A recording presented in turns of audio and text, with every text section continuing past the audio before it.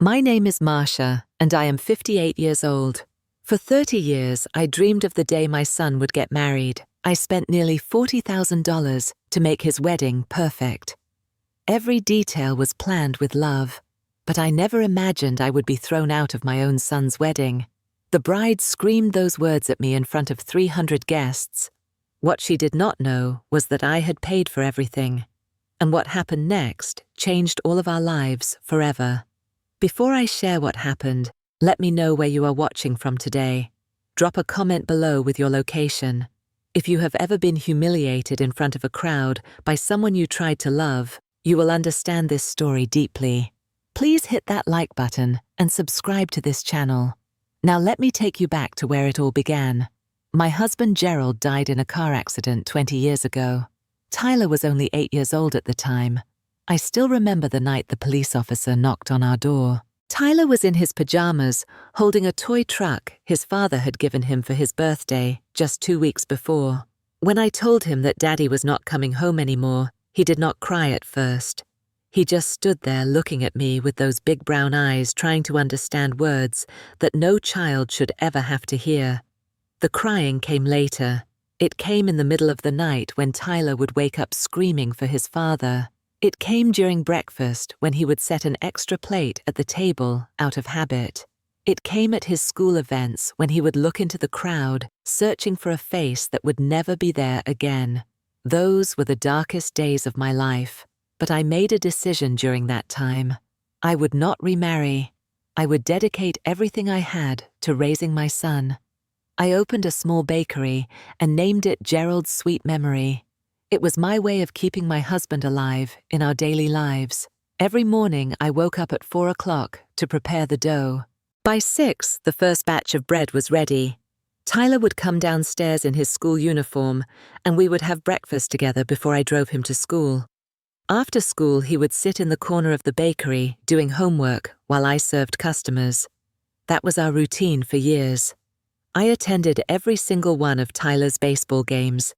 I was there for every parent-teacher conference. I helped him with his college applications. I sold my car, the one Gerald and I had bought together as newlyweds, to pay for his tuition. I never told Tyler about that sacrifice. Some things a mother does without needing recognition. Watching him graduate with honors was all the reward I needed. Tyler grew into a good man. He was kind, hardworking, and always respectful. Even after he moved out and got his own apartment in the city, he called me every single day. Sometimes the calls were short, just a quick check-in to see how I was doing. Other times we talked for hours about everything and nothing. Those phone calls were the highlight of my days. 3 years ago, Tyler called me with excitement in his voice that I had not heard since his childhood. He told me about a woman he had met at a company party. Her name was Kristen. She was beautiful, confident, and worked as a manager at a real estate company. He could not stop talking about her. I listened to every word, happy that my son had found someone who made him feel this way. The first time I met Kristen was at my house. I had prepared dinner, nothing fancy, just pot roast and mashed potatoes, the same meal I had made for Tyler's birthdays since he was a boy. Kristen arrived wearing designer clothes and high heels. She looked around my small living room with an expression I could not quite read. She was polite, asking questions about the bakery and about Tyler's childhood. But there was something in her eyes, a flicker of disappointment perhaps, when she saw the modest surroundings. During dinner, Kristen talked mostly about her work, about the expensive properties she sold to wealthy clients. She mentioned her friends who lived in gated communities and drove luxury cars. Tyler listened adoringly, hanging on her every word. I tried to engage her in conversation about simpler things about her family, her hobbies, her dreams beyond career success. Her answers were brief and disinterested.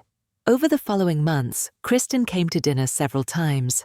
I attempted to build a relationship with her. I invited her to help me bake cookies, thinking it might be a bonding activity. She agreed but spent most of the time on her phone. When I asked her to knead the dough, she refused, saying she had just gotten her nails done. I told myself she was young, that she would warm up eventually. I began noticing things. Small things that individually meant nothing but together formed a pattern. Kristen would compare everything. The restaurant where we had dinner was not as nice as the one her friend's boyfriend took her to. My homemade pie was good, but not as good as the one from the French bakery downtown. Tyler's promotion was impressive, but not as impressive as her colleague's husband, who had made partner at his law firm. When Tyler got a significant raise at work, Kristen's attitude toward him shifted noticeably. She suddenly became more interested in discussing their future together. She started talking about engagement rings and wedding venues. I observed this change silently, not wanting to interfere in my son's life. I told myself that maybe I was being too critical, that I should give her more time. One evening after Kristen had left, I sat with Tyler in the kitchen. I asked him carefully if he was happy. He smiled broadly and said he had never been happier. He said Kristen was everything he had ever wanted. Looking at the joy on his face, I decided to keep my concerns to myself. What kind of mother would I be if I ruined my son's happiness based on vague feelings and minor observations? A year after they started dating, Tyler called to tell me he was going to propose to Kristen. His voice trembled with nervous excitement as he described the ring he had chosen and the romantic dinner he had planned. I congratulated him with all the enthusiasm I could gather, pushing my doubts deep down where they would not escape. The engagement was announced 2 weeks later. Kristen's parents hosted a celebration at their home, a large house in the suburbs, with a swimming pool and a 3-car garage.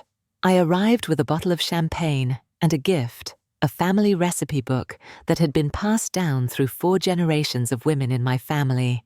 Kristen unwrapped it, glanced at the worn cover, and set it aside without opening it. She was more interested in showing her friends the diamond on her finger. The wedding planning began immediately. Kristen had specific visions for her perfect day. She wanted the ceremony at the most prestigious hotel in the city. She wanted imported flowers from Holland. She wanted a 12-piece orchestra and a 5-tier cake from the most exclusive bakery in the state. When the wedding planner presented the estimated budget, my heart nearly stopped. $80,000. Kristen's parents, Donald and Patricia, exchanged uncomfortable glances. Donald cleared his throat and said they could contribute $20,000. It was a generous amount, but nowhere near what was needed. Tyler said he had $20,000 saved up. He looked at me with hopeful eyes, and I understood what was expected. $40,000. That was nearly every penny I had saved over the past 2 decades. It was my retirement fund, my safety net, the money I had set aside for emergencies and for my final years. But looking at Tyler's face, seeing the hope and love in his eyes, I heard myself saying yes. I would contribute $40,000 to give my son the wedding of his dreams. Kristen hugged me for the first time since I had known her. She told me I was the best mother-in-law ever. In that moment, I felt a warmth spread through my chest. Maybe I had been wrong about her. Maybe she just needed time to show her true self. Maybe this wedding would bring us closer together as a family. The planning meetings that followed quickly dissolved that hope. Kristen took control of every decision without consulting anyone else. She chose the color scheme without asking for input. She selected the menu without considering dietary restrictions. When I suggested that my bakery could provide the wedding cake for free, saving thousands of dollars, she dismissed the idea instantly. She wanted the cake from a famous bakery in Nashville, the same one that had made cakes for several celebrity weddings. I tried not to let her rejection hurt me. The wedding cake had been my specialty for years. I had made cakes for hundreds of weddings in our community. My 3-tier lemon cake with buttercream frosting had won awards at the state fair. But Kristen did not want anything that came from my small-town bakery. She wanted prestige. She wanted names that would impress her friends. The guest list became another point of contention. Kristen allocated 150 spots for her side and only 30 for mine. I had to choose between friends who had supported me through the darkest days of my widowhood. The women from my church group who had brought meals for months after Gerald died. The neighbors who had helped Tyler with homework when I was working late. I had to tell many of them that there simply was not room. Bridget, my closest friend since high school, was initially not on the list. Kristen said she did not know her and saw no reason to include strangers. I had to plead with Tyler, who then convinced Kristen to add one more seat. The fact that I had to beg to have my best friend at my son's wedding left a bitter taste that I could not wash away. Aunt Ruth called me after receiving her invitation. She was upset about the impersonal nature of it and about the limited role she was given. She had hoped to do a reading during the ceremony, a tradition in our family for generations, but Kristen had already assigned that honor to one of her sorority sisters. I spent an hour on the phone calming Ruth down, defending Kristen, saying it was her special day and we should respect her wishes. Even as I spoke those words, they felt hollow in my mouth. One afternoon about a month before the wedding, I stopped by Tyler and Kristen's apartment to drop off some paperwork. Kristen did not know I was coming. I let myself in with the spare key Tyler had given me. I could hear Kristen's voice coming from the kitchen. She was on the phone laughing with someone, probably one of her friends. I was about to announce my presence when I heard my name. I froze in the hallway and listened. Kristen was saying that her future mother-in-law was just a small-town bakery owner from the outskirts of town. She laughed and said she did not understand why Tyler was so proud of someone so ordinary. Her friend must have said something because Kristen laughed again and replied that it did not matter anyway because Marsha was paying for most of the wedding. I stood there behind the door, my hand gripping the doorframe until my knuckles turned white. I had suspected Kristen looked down on me, but hearing the words spoken so casually, so dismissively, while I was spending my life savings on her wedding, felt like a knife sliding between my ribs. I did not tell Tyler what I had overheard. Every time I considered bringing it up, I imagined the hurt in his eyes. I imagined the argument that would follow. I imagined Kristen denying everything, and Tyler being forced to choose sides. I could not put my son in that position, so I stayed silent and carried the wound alone. The nights became difficult. I would lie awake staring at the ceiling, replaying Kristen's words in my mind. I would imagine all the things I should have said, all the ways I should have confronted her. But morning would come, and I would get up and go to the bakery and continue preparing for a wedding that was beginning to feel like a performance I was funding but not truly part of. I called Aunt Ruth one night when the weight became too heavy. I told her everything, the conversation I had overheard, the way Kristen dismissed my bakery, the guest list disparity, all of it. Ruth was furious. She told me I needed to talk to Tyler immediately. She said Kristen was using me and that my son deserved to know the truth about the woman he was marrying. I thanked Ruth for listening, but told her I had made my decision. I would wait until after the wedding. I did not want to be the mother who ruined her son's marriage before it even began. Looking back now, I wonder if that was wisdom or cowardice. Perhaps they are sometimes the same thing. The rehearsal dinner took place 5 days before the wedding at an upscale restaurant that Kristen had selected. Of course I paid for it. 60 people gathered to celebrate the upcoming union. I wore my nicest dress, a deep blue that Gerald had always said brought out my eyes, and tried to feel festive. The evening began with introductions. Kristen took the microphone first and introduced her parents with glowing descriptions. She talked about her father's successful business and her mother's volunteer work with the country club's charity events. The guests applauded politely. When it was time to introduce my side, Kristen handed the microphone to Tyler. But before he could speak, she leaned in and whispered something in his ear. Tyler looked uncomfortable for a moment, then simply said, "And this is my mother, Marsha." That was it. No mention of how I had raised him alone. No mention of the bakery I had built from nothing. No mention of the sacrifices I had made. Just my name spoken quickly so the evening could move on to more important things. One of Kristen's friends approached me later during the cocktail hour. She was young and pretty, dripping with designer labels. She asked what I did for a living. When I told her I owned a bakery, her smile faltered.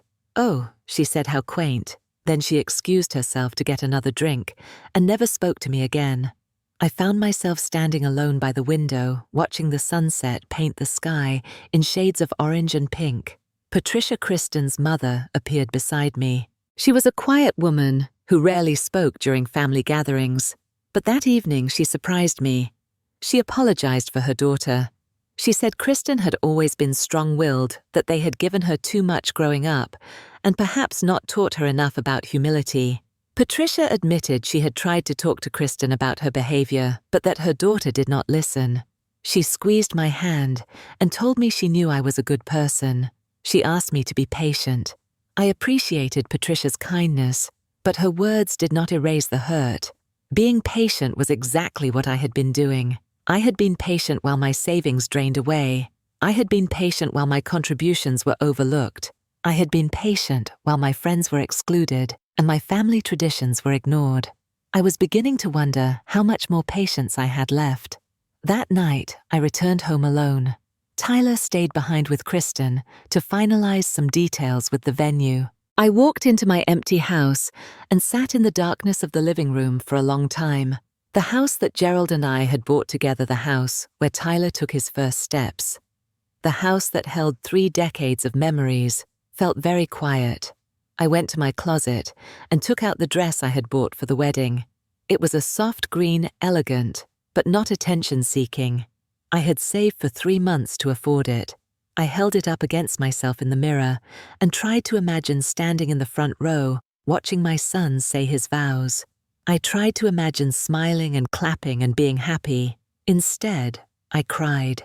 I cried for the relationship with Kristen that I had hoped for but never achieved. I cried for the money that represented so many years of early mornings and late nights.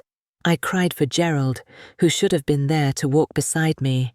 And I cried for myself, for the mother who had given everything and somehow still was not enough. The morning of the wedding arrived with brilliant sunshine. I woke at 5 as always, but instead of going straight to the bakery, I went to the kitchen and baked a batch of ginger cookies. They were Gerald's favorite. The recipe had been his mother's, passed down through generations. The familiar motions of measuring and mixing calmed my nerves. I packaged a box of the cookies carefully and tied it with a ribbon. This would be my gift to Tyler before the ceremony. A piece of his father, a piece of our family history, something that Kristen could not buy with prestige or status, something that came from love alone. The hotel where the wedding was being held looked like something from a magazine. Crystal chandeliers hung from vaulted ceilings. Fresh flowers covered every surface. 300 chairs were arranged in perfect rows, facing an altar decorated with roses and lilies. Everything was exactly as Kristen had demanded. Everything my money had paid for. I arrived early, clutching the box of ginger cookies against my chest. Tyler was in the groom's suite with his groomsmen. When I knocked and entered, his face lit up with that smile I had loved since he was a baby. He crossed the room in 3 steps and wrapped me in a hug that lasted longer than usual. I gave him the box and explained what was inside. Tyler opened it, and when he saw the ginger cookies, his eyes filled with tears. He told me they smelled exactly like when he was little, like Saturday mornings with Dad. He held me again, and for a moment it was just the 2 of us, mother and son, the way it had been for so many years. Marcus, Tyler's cousin, who we had practically raised as a second son, came over and took photos of us together. Tyler with his arm around me straightening his tie, both of us laughing at something only we understood. Those photos would become some of my most precious possessions, though I did not know it at the time. After leaving Tyler to finish getting ready, I made my way to the bridal suite. I wanted to give Kristen a gift as well, despite everything. It was a bracelet that had belonged to my mother, and before her, my grandmother. A simple gold chain with a small sapphire passed down through 4 generations of women in my family. It was tradition to give it to the bride on her wedding day. I knocked on the door. One of the bridesmaids opened it, and behind her I could see Kristen in her wedding dress. She looked beautiful, I had to admit. The dress was everything she had wanted, all lace and silk, and thousands of tiny crystals that caught the light. Kristen's expression changed when she saw me. The smile she had been wearing for her bridesmaids faded, but she gestured for me to come in. I held out the box containing the bracelet and explained its history. I told her how my grandmother had worn it on her wedding day in 1942, how my mother had worn it when she married my father, how I had worn it when I married Gerald. I told her I wanted her to have it to continue the tradition. Kristen took the box. She opened it, glanced at the bracelet inside, and set it on the vanity table, beside a pile of much more expensive jewelry. She thanked me in a flat voice and said she would try to wear it if it matched her other pieces. Then she turned back to her mirror, a clear dismissal. I stood there for a moment, watching her adjust her hair, while the bracelet sat ignored. As I turned to leave, I heard her whisper to her maid of honor, "Who gives antique jewelry at a wedding these days?" Her friend giggled. I walked out of that room with my dignity intact, but my heart in pieces. The ceremony began at 3 o'clock. I sat in the front row on the groom's side with Aunt Ruth on my left and Bridget on my right. The orchestra played softly as guests took their seats. 300 people, most of whom I did not know, filled the beautiful space that my money had secured. The music changed and everyone stood. Kristen appeared at the end of the aisle on her father's arm. She was radiant, exactly the picture-perfect bride she had always wanted to be. Tyler watched her approach with such love in his eyes that my heart ached. Whatever I thought of Kristen, my son truly loved her. That had to count for something. The vows were exchanged. The rings were placed on fingers. The officiant pronounced them husband and wife. Tyler kissed his bride, and the room erupted in applause. For one brief moment, I allowed myself to feel happy. My son was married. The dream I had held for 30 years had come true. After the ceremony, the wedding coordinator announced that family members would give their speeches before the reception dinner began. This was the moment I had been preparing for. I had written and rewritten my speech dozens of times. It talked about Tyler as a little boy. It talked about Gerald and how proud he would have been. It talked about welcoming Kristen into our family with open arms. Every word had been chosen with care. The coordinator called my name.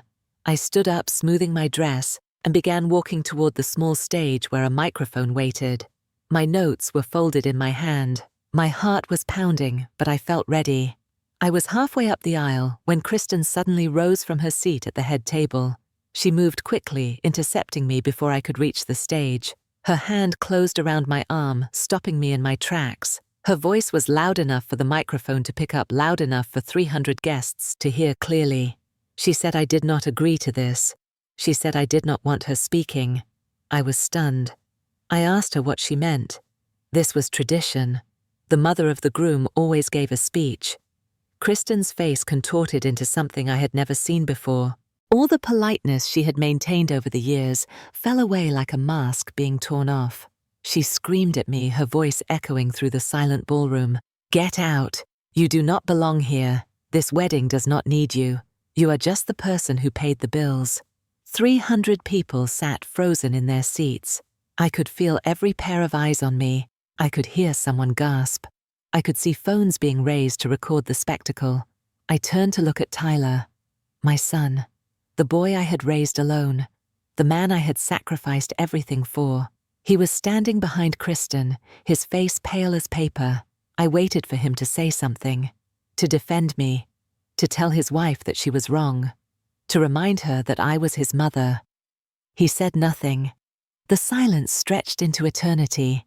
Kristen was breathing hard, her face flushed with anger, and something else, maybe triumph. The guests were motionless, afraid to move, and Tyler just stood there, looking at the floor. I lowered the microphone I had somehow picked up. I placed it gently on the nearest table. I looked at Kristen one more time, then at my son. I nodded slowly, as if accepting a verdict I had not expected, but perhaps should have seen coming. Then I turned and walked down the center aisle, past 300 staring faces, toward the exit. Behind me, I heard Aunt Ruth's chair scrape against the floor as she stood to follow. Bridget's heels clicked rapidly as she caught up with me. We walked out together, 3 women leaving a wedding that had suddenly become a battlefield. Before I pushed through the doors into the afternoon sunlight, I paused and looked back one final time. Tyler had not moved. He stood exactly where I had last seen him, paralyzed between his mother and his wife. He did not call out. He did not chase after me. I stepped outside and let the doors close behind me. The parking lot was quiet. Birds sang in the trees, lining the hotel entrance, oblivious to the drama unfolding inside. I walked to my car on autopilot, my mind strangely calm. Aunt Ruth and Bridget flanked me, both of them talking at once, both of them furious on my behalf. I heard their voices, but could not process their words. I sat down in the driver's seat, but did not start the engine. My hands were shaking, but not with tears. Something else was rising inside me, something cold and clear and determined. I took out my phone. The screen showed several missed calls from Tyler already. I ignored them. Instead, I opened my contacts and began making calls of my own. The first call was to the hotel. I asked to speak with the events manager. When she came on the line, I identified myself as the person who had signed the contract and made all the payments for the wedding reception. I informed her that I was cancelling the remaining services, effective immediately. She protested, explaining that guests were already seated, that the catering staff was ready to serve. I told her I understood. I told her I was the one who paid, and I was the one cancelling. After a long pause, she agreed to stop service. The second call was to the honeymoon hotel. I had booked the suite myself 3 nights in a luxury resort. The reservation was in my name, paid with my credit card. I cancelled it. The third call was to the travel agency. The flights to Hawaii, the romantic dinner cruise, the couple's spa package, all of it arranged and funded by me. I cancelled everything. With each call, my voice grew steadier. Aunt Ruth sat beside me in the passenger seat, nodding with grim satisfaction. Bridget leaned between the front seats from behind, offering words of encouragement. For the first time in months, I felt like I was doing something instead of just enduring something. Inside, the hotel chaos was erupting. I did not witness it myself, but I learned the details later. The catering manager announced that the reception could not proceed as planned. Kristen threw a tantrum, screaming at hotel staff and demanding to know what was happening. When she learned that I had cancelled everything, she turned her rage on Tyler. The guests began leaving. Without dinner, without music, without the carefully planned reception, there was nothing to stay for. Some offered awkward congratulations to the couple as they departed. Others simply slipped away without a word. The 300-person wedding dissolved into an embarrassing trickle within an hour. Donald, Kristen's father, tried to salvage the situation by offering to pay for a reduced reception. But the caterers had already begun packing up. The orchestra had left. The elaborately decorated ballroom sat empty, except for the centerpieces and the untouched wedding cake from the famous Nashville bakery. Kristen's perfect day was in ruins. I drove home with Aunt Ruth and Bridget, following in their own cars. The sun was setting by the time I pulled into my driveway. The house was dark. I walked inside and turned on the lamp in the living room. The same lamp that had been there when Gerald was alive, and stood in the middle of the room trying to decide what to do next. The answer came to me slowly, but with certainty. I needed to write a letter. Not an angry letter full of accusations and insults, not a pleading letter begging for understanding or apology. Something else entirely. A letter that told the truth. I sat down at the kitchen table with a pen and paper. The words came easier than I expected. I wrote about my life, about losing Gerald and raising Tyler alone. I wrote about the bakery, about the years of early mornings and tired evenings, about building something from nothing through sheer determination and love. I wrote about the money, about what $40,000 meant to someone like me versus someone like Kristen. I wrote about what I had overheard that day at her apartment. I wrote about the rehearsal dinner and the bracelet and every small humiliation I had endured in silence. I did not write these things to wound her. I wrote them because she needed to know the full weight of what she had dismissed so carelessly. I ended the letter with words that came from somewhere deeper than anger. I wrote that I did not need her apology. I wrote that kindness could not be measured in dollars and that dignity could not be purchased with an expensive wedding. I told her I hoped she would someday understand that the people she looked down upon were often the ones who loved most purely. I sealed the letter in an envelope and addressed it to Kristen. Then I wrote a second copy and addressed it to Tyler. My son deserved to know everything too. The next morning I mailed both letters. Then I closed the bakery for 3 days and let myself rest. The days that followed were quiet in a way I had not experienced in years. Aunt Ruth stayed with me sleeping in the guest room and cooking meals I barely touched. Bridget came by every afternoon with flowers from her shop, always different arrangements, always beautiful. They did not push me to talk. They simply stayed present, 2 anchors keeping me steady. Tyler called repeatedly.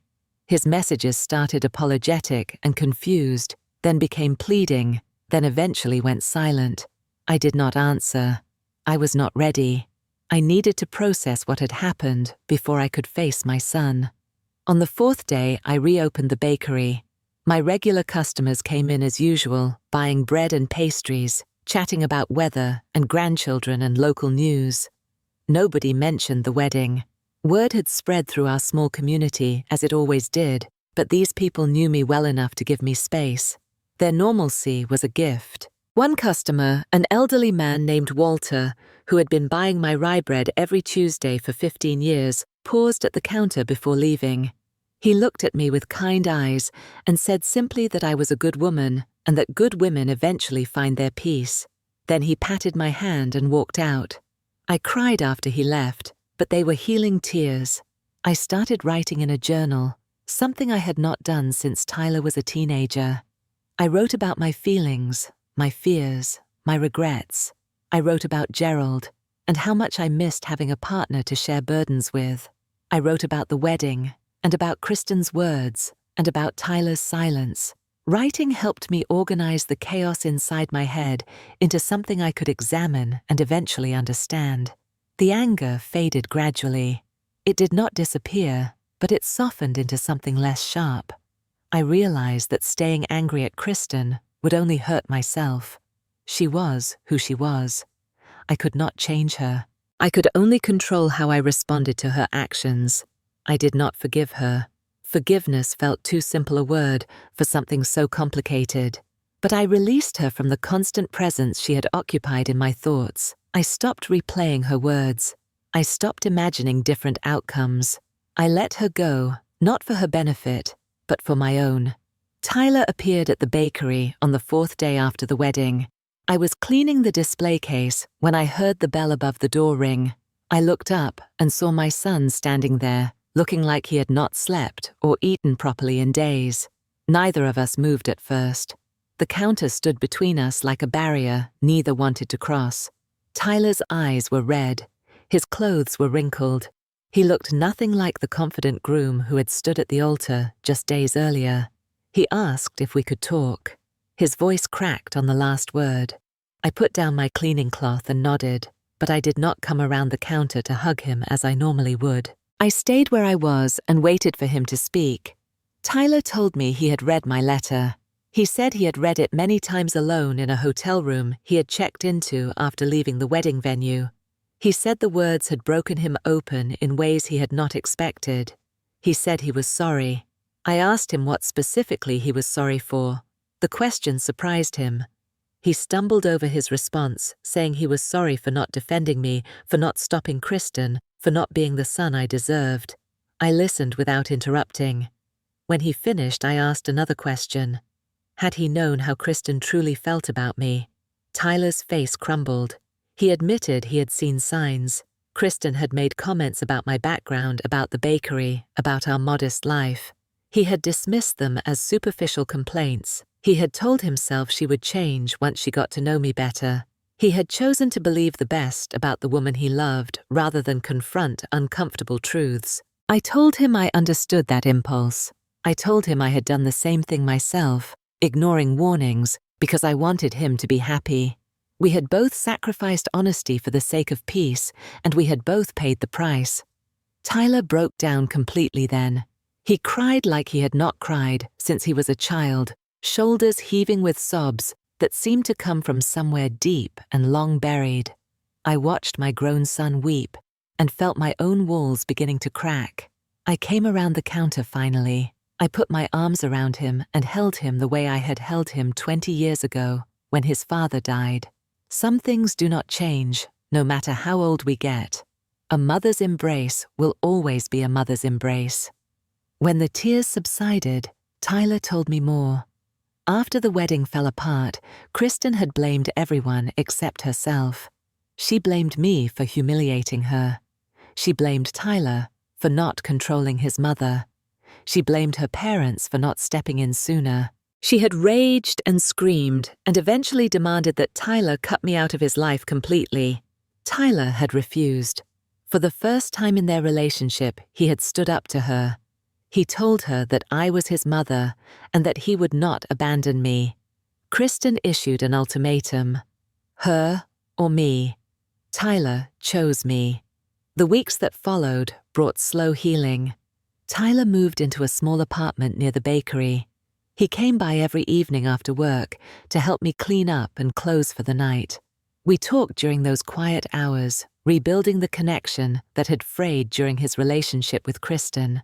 He told me stories I had never heard. Kristen had gradually isolated him from old friends. She had criticized his hobbies until he abandoned them. She had controlled their finances, their social calendar, their every decision. He had not realized how much of himself he had surrendered until he stepped away and looked back. The marriage was never legally finalized. The reception's collapse had prevented the signing of the final documents. In the eyes of the law, Tyler and Kristen were not husband and wife. This made the separation simpler, though no less painful for Tyler. He had genuinely loved her or loved the person he believed her to be. Kristen did not accept the breakup gracefully. She sent threatening messages. She tried to sue for emotional damages. She spread rumors about our family to anyone who would listen. But eventually her father intervened. Donald, perhaps finally seeing his daughter, clearly convinced her to let go and move on. The threats stopped. The silence that followed was welcome. I joined a women's group at my church, something I had avoided for years because I always felt too busy. These new friends became unexpected sources of joy. We met every Wednesday evening to discuss books, share recipes, and support each other through life's challenges. Several of them had faced similar situations with difficult in-laws or estranged children. Their wisdom helped me put my own experience into perspective. Aunt Ruth visited more frequently. She drove down from Nashville every other weekend, and we would spend hours catching up on the porch, watching the sunset, and talking about everything from politics to pie recipes. Our relationship deepened in ways it had not since we were young women just starting our lives. The bakery thrived. News of what happened at the wedding had spread, and while I initially dreaded the attention, it brought an unexpected consequence. People came from neighboring towns specifically to support me. They bought more than they needed. They left generous tips. They told me I was an inspiration. Gerald's sweet memory became busier than it had been in years. 6 months after the wedding, I received a letter in the mail. The return address showed Patricia's name, Kristen's mother. I almost threw it away unopened, but curiosity won. Patricia wrote that she wanted to apologize. Not on Kristen's behalf, because Kristen still refused to acknowledge any wrongdoing, but on her own behalf as a mother who had failed to raise her daughter with proper values. She wrote that she had watched me at the rehearsal dinner and at the wedding had seen how I conducted myself with grace even while being mistreated. She said she admired me. Patricia also wrote that Kristen had started seeing a therapist. The collapse of her perfect wedding had forced a crisis that eventually led to professional help. Progress was slow, but there was progress. Patricia did not ask me to forgive her daughter. She simply wanted me to know that my actions had consequences beyond what I might have imagined, and that some of those consequences were leading to growth. I read the letter twice and then put it away. I did not respond. There was nothing more I needed to say to that family. But knowing that Kristen was getting help brought a small measure of peace. People can change. It happens slowly and imperfectly, but it happens. A year passed. Tyler came to the bakery one Sunday with someone new. Her name was Sarah, a kindergarten teacher with gentle eyes and a warm laugh. They had met at a charity event. She was nothing like Kristen. When I showed her around the bakery, she asked eager questions about every piece of equipment, every recipe, every photograph on the wall. When I mentioned that I could teach her to make ginger cookies, her face lit up with genuine excitement.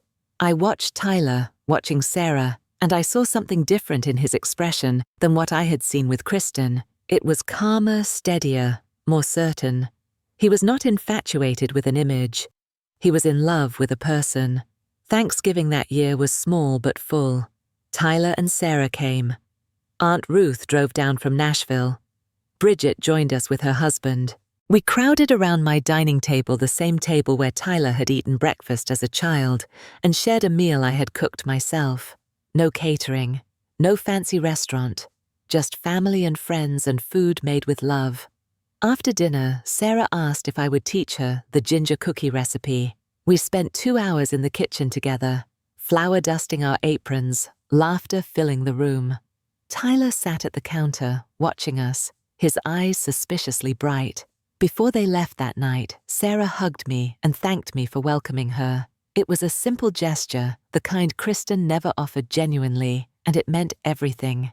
I stood in the doorway, watching their car disappear down the street. The night was cold, but clear stars scattered across the sky like scattered flour on a dark countertop. I thought about Gerald, about how proud he would be of the man Tyler had become. I thought about the wedding that never was, and the blessing that had come from its destruction. $40,000 had bought me the most important lesson of my life. Love does not require us to accept mistreatment. Kindness does not mean being a doormat. And sometimes canceling everything is the bravest thing we can do. If you are watching this, and you have ever been made to feel small by people who should have lifted you up, I want you to know something. Your worth is not determined by how others treat you. It is determined by how you treat yourself. Stand up. Walk out if you must. Write the letter. Tell the truth. You deserve to be seen and valued for exactly who you are. Thank you for listening to my story today. If this resonated with you, I would love to hear your thoughts. Have you ever been disrespected by someone you tried to love? How did you find the strength to stand up for yourself? Please leave a comment below sharing your experience. And if you found value in this story, I hope you will hit that like button. Your likes help more people find these stories. Please subscribe to this channel so you do not miss future stories. And if you know someone who needs to hear this message today, please share this video with them. May you always know your worth. May you always find the courage to defend your dignity. And may you always be surrounded by people who love you for exactly who you are. Until next time, take care of yourselves and each other.